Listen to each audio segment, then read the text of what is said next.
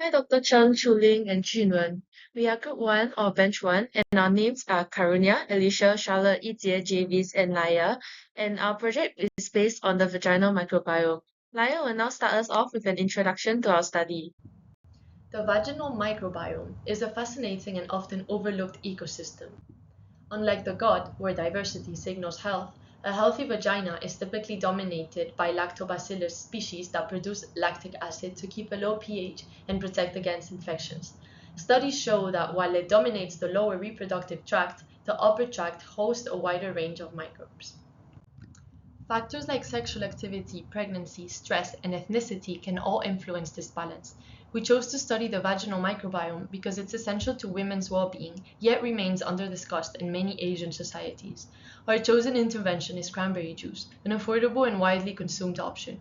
Some studies suggest it may benefit vaginal health, though findings are mixed. We're interested in how daily intake of cranberry-based fruit juice, containing other fruits, might alter the microbiome, and whether its effects match or differ from past studies. Using 16S or RNA sequencing, we aim to determine its impact on vaginal microbiota and overall health. Our research question is as such, where we question if daily consumption of fruit juice with cranberries can influence any changes in the overall vaginal microbiome.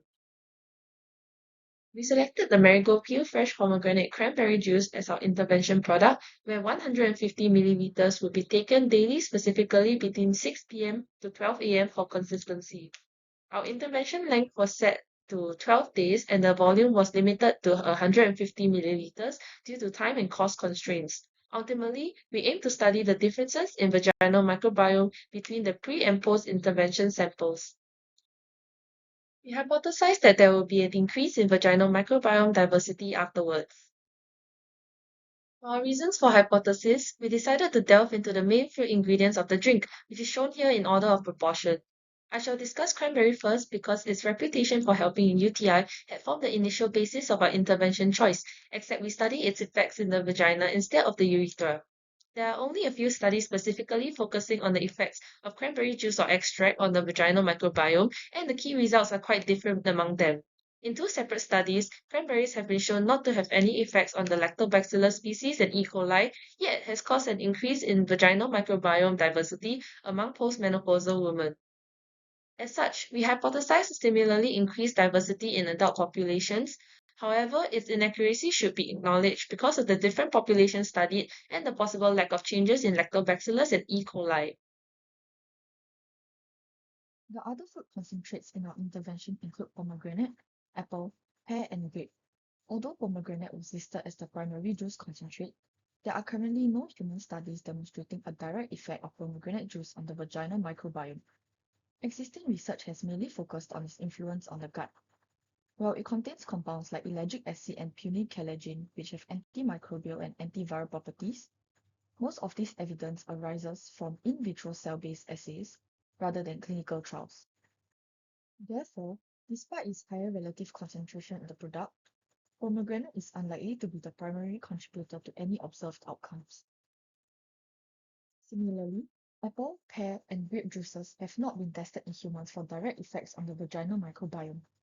Although these fruits contain vitamins and natural compounds like polyphenols that can improve gut health, the juicing process essentially removes all fibers, which reduces their prebiotic potential. Their indirect effects on the vaginal microbiome via the gut-vaginal axis remains unsupported by clinical data. These fruits are likely included in the product to enhance flavor. In contrast, several human studies have shown that cranberry juice can alter the vaginal microbiome diversity. Therefore, although cranberry is present at a lower relative concentration in the product, the observed changes in microbial composition from our intervention are likely attributed to cranberry juice. Here is our study design. We collected 3 swabs for sequencing and 1 for vaginal pH, both before and after the intervention. Each swab was moistened with saline and gently inserted about 3 cm into the vaginal canal. Sequencing swabs were rotated 3 times while the pH swab was left in the vaginal canal for 1 minute. Sequencing samples were stored at 4 degrees Celsius and pH swabs were tested on pH strips and matched to a reference chart. This collection method is low cost, quick, and allows self-collection. Using multiple swabs helps to ensure enough microbial material is collected. However, it has some drawbacks. There is a risk of contamination, possible discomfort, and variation in technique between participants. Cotton swabs may also release biological material inefficiently, and pH strip readings can be subjective. Some deviations from the protocol could affect results. If the swab isn't inserted deep enough or rotated fully, less microbial material may be collected, reducing sequencing accuracy. Contamination can occur from improper handling, and delayed storage may cause microbial degradation. For pH measurement, some methods place the pH strip on the outer labia, while others use a swab rotated in the vaginal canal for a few seconds. Our method is similar to the latter, but we left the swab in the vaginal canal for 1 minute to ensure sufficient fluid absorption. Such differences could affect pH readings and limit comparability across studies. Using vaginal-specific pH strips instead of standard pH strips could also improve accuracy. We also recorded several factors that could influence the vaginal microbiome. First, menstrual hygiene products may contain chemicals that have been shown to alter the infant microbiome through maternal exposure, suggesting that they may also disrupt the vaginal microbiome. Hormonal changes across the menstrual cycle regulate the microbiome by altering pH and glycogen levels, which affect lactobacillus growth. External factors like underwear material also play a role. Cotton helps maintain dryness and airflow, reducing infection risk compared to synthetic fabrics. Antibiotics effectively treat infections like bacterial vaginosis, but can reduce lactobacillus, leading to recurrence. Probiotics may help to restore microbial balance. Diet is another key factor. Diets high in red meat and alcohol promote dysbiosis, while plant-based fiber-rich diets promote lactobacillus growth and overall vaginal health. Regular exercise appears to improve microbial balance, possibly through better energy metabolism and hormone regulation. Finally, sexual activity can transfer a partner's microbes and raise vaginal pH due to semen's alkalinity, increasing the risk of imbalance or infection. Next, we will move on with the limitations. The vaginal microbiome is highly sensitive to internal and external influences. Disruptions can result in dysbiosis by the increase of microbial diversity. Although factors such as diet, underwear material, and sexual activity could influence the outcome, practical constraints limit our ability to control them. Due to diverse living arrangements, standardizing diet is challenging. Preference and cost concerns lead us to treat underwear material as an uncontrolled variable, and to ensure comfort, detailed monitoring of sexual activity due to sensitive nature of this topic were uncontrolled variables.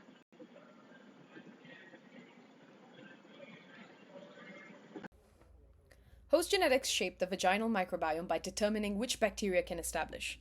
Variations in immune genes affect microbial recognition and defense, influencing bacterial balance. These genetic differences help explain why dysbiosis rates vary across ethnic groups, for example, higher rates in Black and Afro-Caribbean women, even after controlling for behavior.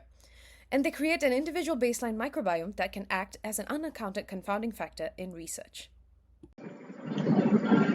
Medications, especially antibiotics, can affect the vaginal microbiome.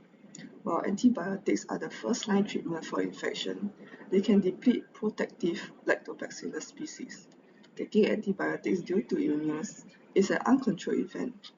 A course of antibiotics may induce dysbiosis, therefore unpredictable variability into the results.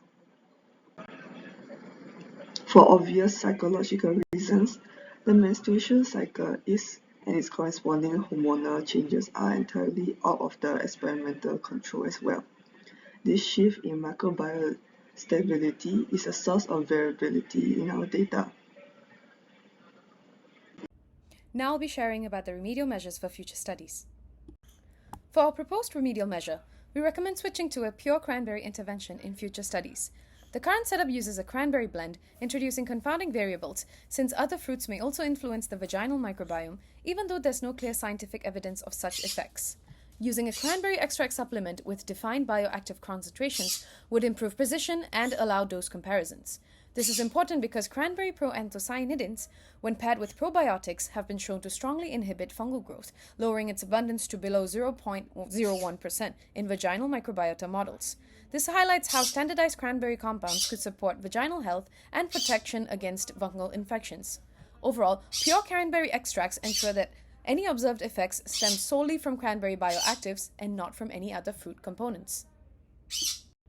That's the end of our presentation, and thank you for your kind attention.